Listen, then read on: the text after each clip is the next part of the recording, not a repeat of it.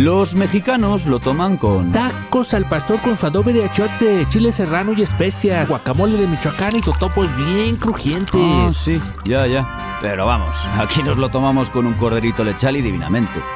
Alvariño Rías Baixas. Gusta allí, gusta aquí. ¿Qué son cultivos sin? Son cultivos sin sorpresas, sin sustos, cultivos sin trabajo añadido, sin nervios, sin agobios, sin complicaciones, cultivos sin malas hierbas. ¿Comprendes? Cultivos sin. Con Touchdown Premium y su nuevo System 4, el herbicida cargado de tecnología. Singenta, solucións para a viña. É un produto Singenta. Máis información na nosa web.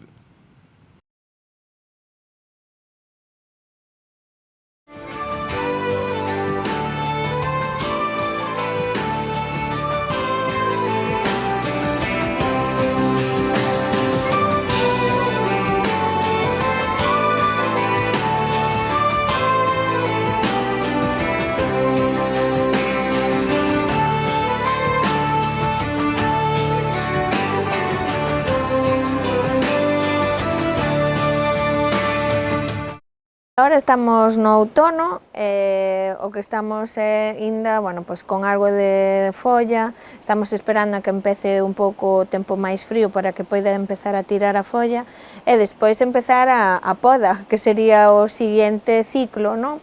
Para, bueno, para comenzar de novo a distribuir todo o que serían os sarmientos e as yemas de cara ao novo ano, non? A novo ciclo do viñedo. Bueno, unha das cousas que podemos ahora mismo facer e que sería bastante importante é marcar as cepas que teñan llesca ou enfermedades de madeira, porque mentras teñan follas é moito máis fácil reconocer e poder marcalas para a hora da poda non contaminar o material de as tixeiras ou os serruchos, non? Para non contaminar o resto de cepas que estén sanas. Entonces, o ideal sería, pois, con unha cinta, pois, empezar a marcalas e despois comezar por aí a podar, non? Comenzar a podar esas, ver hasta onde estaría o leño sano e, se non, despois habería que arrancalas. Pero o máis importante sería marcalas, cortalas, ver se están ben para poder darlle como unha segunda oportunidade por si rebrota o ano seguinte, e se non, se se ve que está moi fastidiada, pois o mellor é sacalas do viñedo e esas cepas sí que deberíamos de queimalas, ou polo menos sacalas da viña, porque sería un reservorio de, bueno, pois, de hongos, non? Que poden esporular e contaminarnos o resto de plantas, que cando podemos sempre van a quedar feridas abertas por donde poden entrar esos tipos de hongos de madeira e que nos seguirían facendo un daño. Ese é o gran problema que nos encontramos neste siglo, que estamos perdendo variedades por eses problemas de enfermedades de madeira.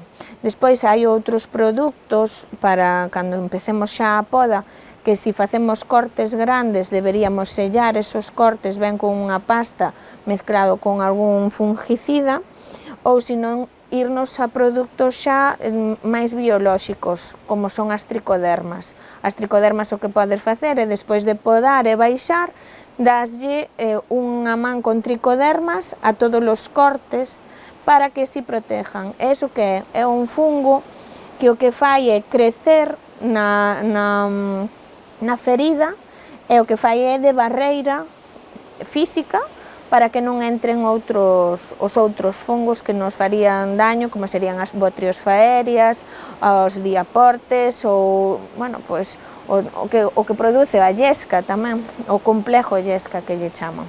Hai moitas circunstancias. Hai a circunstancia de que ten que empezar porque se dedica a outros menesteres e ten que empezar pois cando ten un momento de vacacións, por decirlo de algunha forma, e nosas empresas o que empezamos é un pouco a organización da poda, dependendo se vemos que empeza a cambiar o follaje, que se ve que a madeira está lignificada, si empeza a tirar a folla, non? O que pasa que, bueno, estamos vendo que de momento ainda non tuvemos horas de frío.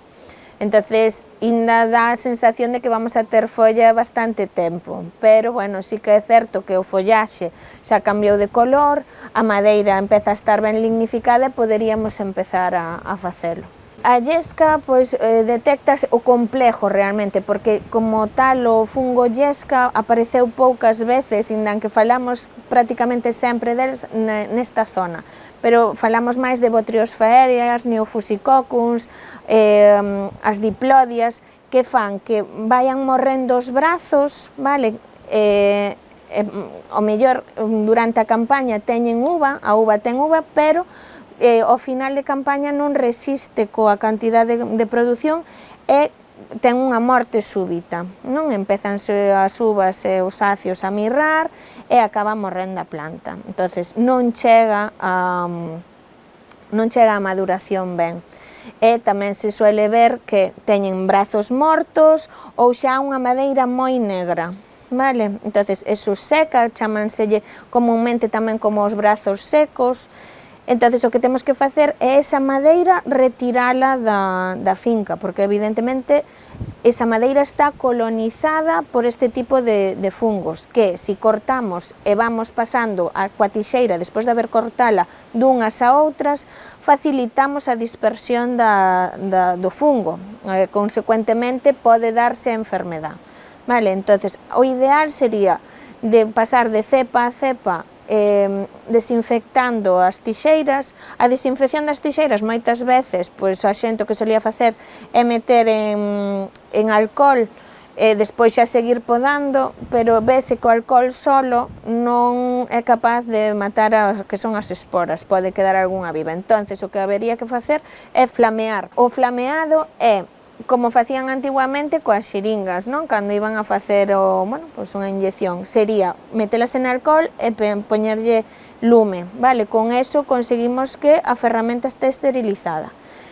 Como moitas veces é bastante inviable para facer eso de unha a outra, polo tempo e demás, hai certos produtos que xa son para a limpieza de utensilios. Entonces, pois, o recomendable pois sería utilizar eso, se non vamos a andar con un mechero seguido e tal, porque tamén nos podemos queimar.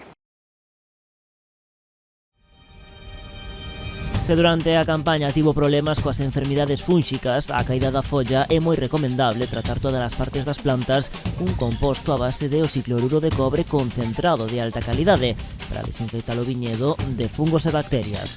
É un consello de Singenta. Máis información na nosa web. Se empezamos coa poda desas cepas que teñen llesca, porque xa as temos marcadas, o que facemos é, pois esas xa sabemos que están enfermas e vamos a empezar por esas e vamos a empezar a recuperalas, vale? Porque senón os utensilios, se pasamos dunha que ten llesca a outra que non o ten, o que podemos é estar transmitindo, o que vos decía. Entonces, se as temos xa identificadas, vale? É mellor empezar por esas. Entonces, xa nos quitamos a llesca de diante ou aquelas que teñen enfermedade de llesca. Entonces, retiramos a madeira desa, queimámola e despois poderíamos empezar co resto do viñedo. Se viramos que... Porque iso non significa que o resto... Vamos a ver, as enfermedades de madeira son un pouco, como vos diría, pode haber que haixa unha cepa que este infectada e que non mostre un determinado ano e o ano seguinte por as circunstancias climáticas ou de estrés hídrico que mostre a enfermedade. Entonces, é ben sempre marcalas cando vemos algún síntoma durante a campaña, se a teñen a folla tipo mosaico, tamén marcalo, porque sabemos diferenciar do que é a llesca do que son o mildio ou o idio, vale? Porque é como unha forma de mosaico que queda como marronciño, amarillos, é moi característica, porque se fai sobre os nervios principales da folla. Cando se ve que empeza a haber algunha planta que mostra este tipo de síntoma durante o ciclo, hai que marcala xa, porque sabemos, esta mostra, indan que ao mellor aguante a produción, pero sí que é verdad que perdemos moito material de plantas, polo tema das enfermedades de madeira. Entonces, cada vez hai que facelo mellor. Nesta época é ideal para poder facer as siembras, se queremos facer algunha siembra de cuberta vegetal, mentras non baixen as temperaturas do solo por debaixo de 10 grados centígrados, é o momento para facer algunha sementeira de cuberta vegetal. Que nos aportan? Bueno, pois ao mellor, se son de porte baixo, que non teñamos que pasar tantas veces co trator a segar, vale? Que non teñamos tanta humidade debaixo da parra, ou ben aquelas que se notamos que temos o suelo moi compacto, tamén hai algunhas que teñen pois nabos, crucíferas, tamén mostaza, que o que fan é que nos abren o chan dunha forma máis natural, non? Porque coas raíces, como son tubérculos algunhas, pois van abrindo o suelo e descontraturándolo, non? Por decirlo de algunha forma, facendo máis esponjoso. Entonces, podríamos facer esa labor de sementeira de cubiertas vegetales, ou despois, que é o máis importante, unha das cousas máis importantes, é ver como temos os nosos solos. É o momento de, cando pasen as choivas, evidentemente, e seca un pouco o solo, de sacar as analíticas para despois saber o que temos que, seguramente, porque os solos aquí na nosa zona son bastante ácidos e hai que repoñer todos os anos cal, non hai que encalalos para mellorar o pH, pois teremos que mirar como estamos, non, de nutrición, a nivel nutricional, os nosos solos, pois se temos que repoñer materia orgánica, se temos que encalar máis ou menos, utilizar pois algún superfosfato para subir o fósforo, e despois de cara ao empezar, non, da brotación, pois tamén habería que ver pois de utilizar algún cristalino ou algún pois abono de síntesis de nitrógeno, fósforo e potasio para axudar ao arranque no ciclo. Pero bueno, para eso ainda queda tempo, pero sí que é un bom momento para ir facer as analíticas e saber o que temos que facer de cara a traballar o solo.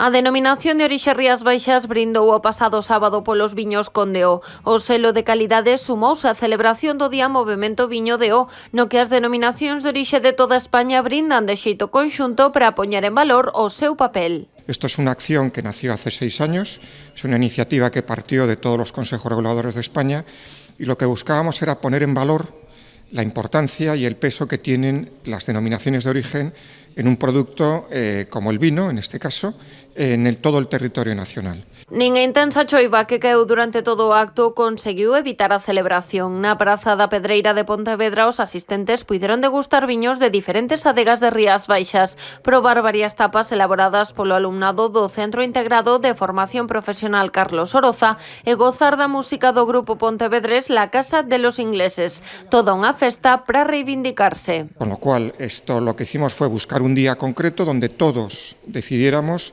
hacer una actividad y brindar por el trabajo que están haciendo nuestros viticultores, que están haciendo nuestras bodegas, en pro, en defensa del territorio, en pro, en defensa de la calidad y en pro y en defensa de la sostenibilidad. Este ano o brinde colectivo foi oficiado polo vicepresidente do Consello Regulador, Julio Reboredo. Na súa intervención puxo en valor a importancia do concepto de denominación de orixe e o traballo que realiza Rías Baixas como sector económico e profesional na provincia de Pontevedra. Que cojáis vuestra copa y que levantemos la copa un poco en defensa de la sostenibilidad del medio rural, en defensa de nuestro patrimonio cultural y paisajístico, en defensa de nuestros viticultores y nuestras bodegas y en defensa de las empresas alternativas que circulan alrededor de la denominación de origen. Por eso quiero brindar por las denominaciones de origen de este país y en concreto por Rías Baixas. Co evento do sábado o día Movemento Vinodeo recuperou a súa presencialidade tras a pandemia. Converteuse ademais na edición con máis participantes. Sumáronse 36 denominacións de orixe de viño de España, de 15 comunidades autónomas. Y vamos a levantar nuestra copa y vamos a brindar pues, por el trabajo que están haciendo nuestros viticultores, por el trabajo tan importante que hacen también nuestras bodegas en esa defensa pues de lo que es el asentamiento de la población en el territorio rural, en esa defensa de la calidad, en esa defensa del prestigio de los productos agroalimentarios españoles, ¿no? A ruta do viño Rías Baixas continúa promocionando os viños e as adegas da nosa contorna por todo o mundo. Nesta ocasión, a ruta, en colaboración co Concello de Cambados, recibiron a unha delegación de 40 profesionais do sector vitivinícola das vilas portuguesas de Melgaso e Monsao. Unha oportunidade para unir lazos e potenciar o sector. Tratar de fortalecer lazos, de aproveitar sinerxias, aproveitar experiencias, establecer aqueles nexos de unión e aqueles puntos que nós poidamos aprender deles e eles poidan aprender de nós para darlle un pulo ao enoturismo na rexión, non só aquí na nosa comarca, sino pois toda Galicia, norte de Portugal e incluso o resto de España. Todos temos algo que aportar. Dicíamos tamén antes que pouco novo hai que inventar, pero sí que podemos aprender moito uns de outros. Para a ruta do viño Rías Baixas é unha oportunidade de continuar promocionando a súa marca. Desde luego que para la Ruta do Viño Rías Baixas ha sido un honor poder hoy contarles a este grupo de compañeros, de colegas del sector enoturístico de Melgaso y de Monsao qué es lo que se hace en la Ruta del Vino Rías Baixas, ¿no? Cómo trabajamos, cómo trabajan todos nuestros asociados en pro del enoturismo, ¿no? Para convertir este maravilloso territorio en un referente en enoturismo a nivel no solo nacional, sino también internacional. En Cambados, a delegación portuguesa visitou as adegas Martín Codas e Lagar de Costa, así como diferentes locais hostaleiros como Parador. Que podrán ver diferentes tipologías de socios con alejamientos, bodegas más pequeñas, bodegas más grandes, puedan disfrutar, ¿no?, de esa riqueza, de ese patrimonio maravilloso que tiene Rías Baixas, que se quede en sus corazones y que desde luego vuelvan otra vez a poder disfrutarlo y que se conviertan en prescriptores nuestros, ¿no?, que al final es lo importante. O sea que un placer poder haber colaborado con ellos. Os visitantes buscaban aprender da ruta do viño Rías Baixas e potenciar a súa ruta. Dende Portugal destacaron o bo facer de Cambados e a ruta do viño Rías Baixas. Eu diria que é um espaço mágico do ponto de vista arquitetónico, do ponto de vista de posicionamento junto ao mar. Cambados tem realmente um privilégio enorme por estar neste espaço territorial e portanto, é sempre uma grande surpresa e uma alegria enorme vir cá. É claro que chegar a Cambados significa estar junto do mar e estar da gastronomia galega que bebe muito do mar, mas é também estar junto ao vinho e no centro de Cambados nós respiramos vinho, e temos logo ali um conjunto de bodegas extraordinárias onde a gente pode fazer grandes experiências vínicas. A visita destas delegacións permite aumentar a venda dos viños no estranxeiro, así como tamén atraer a máis turistas ás nosas comarcas. Los japoneses lo toman con... Toro, salmon, hamachi, ikura to uni no gunkan maki, maguro, nama wasabi, koshihikari, akazu. O algo así. Pero vamos, que aquí te lo tomas con un arroz y te quedas nuevo, ¿eh? Albariño Rías Baixas. ¿Gusta allí? Gusta aquí.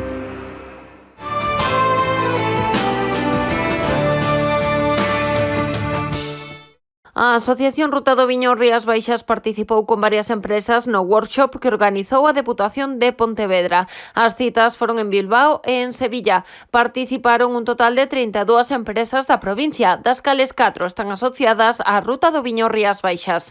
No apartado das adegas foron Paco y Lola e Terras Gauda, mentres que no de aloxamentos acudiron Casa do Sear e Hotel Espana nin Praia. O público que asistiu mostrou moito interese pola provincia de Pontevedra e todas as súas posibilidades turísticas, como son as que ofrece a ruta. De feito, foron moi numerosas as reunións entre empresas sevillanas e bilbaínas. A Deputación de Pontevedra barallaba a cifra de 130. Apoiando esta actividade acudiu a xerente da ruta, Lorena Varela, para que en este tipo de acción supoñen unha gran oportunidade para dar a coñecer a oferta enoturística aos profesionais do sector local e tamén para coñecer de primeira man a visión que teñen do que lles pode ofrecer a Ruta do Viño Rías Baixas.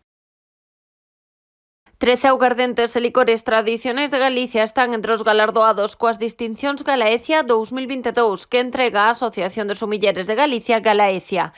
Nesta edición participaron 17 empresas con 50 mostras amparadas nas indicacións xeográficas augardentes e licores tradicionais de Galicia. Delas, un total de 13 superaron a puntuación de 86 sobre 100, facéndose co galardón. O panel de cata formado por 10 expertos concedeu o premio a 2 destilados Oruxo de Galicia, Pazo Pondal da adega do mesmo nome e Tantum de Orujo e Licores Auga Bella. Fillaboa de Bodegas Fillaboa e Mosteiro de Xagoaza de Bodegas Godeval foron os premiados entre os Oruxo embellecidos, mentres que Viña Armenteira de Lagar de Fornelos estivo entre as augardentes de ervas recoñecidas. Na categoría do licor de ervas recibiron galardón 4, Marqués de Marialba de Noribérica de Bebidas, Mosteiro de Xagoaza de Bodegas Godeval, Pazo de Valdomiño da adega do mesmo nome e Terras del Antaño de Viña Cartín. Finalmente, Fonte do Frade de Pazo de Valdomiño, Lúa de Costeira de Viña Costeira, Tantum de Orujos e Licores Auga Bella e Terras del Antaño de Viña Cartín foron os 4 licor café amparados recoñecidos polos catadores de Galaecia. Dende a Asociación de Sumilleres valoraron de xeito moi positivo o alto nivel de calidade dos destilados presentados a esta edición.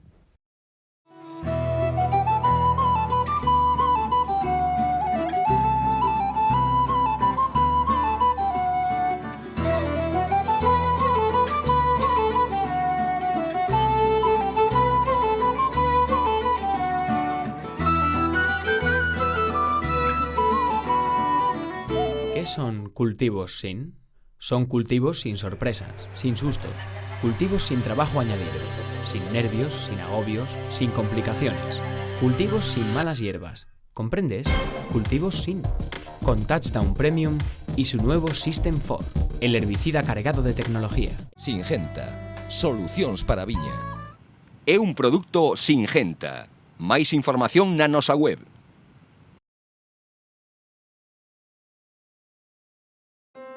A los franceses les encanta con... Poularde de Brest rôti à basse température, champignons glacés au vin blanc et soufflé de pommes de terre Mona Lisa à la crème de camembert tiède. Más o menos. Pero nosotros lo tomamos con un pescado bien fresco y tan a gusto. Albariño Rías Baixas. ¿Gusta allí? Gusta aquí.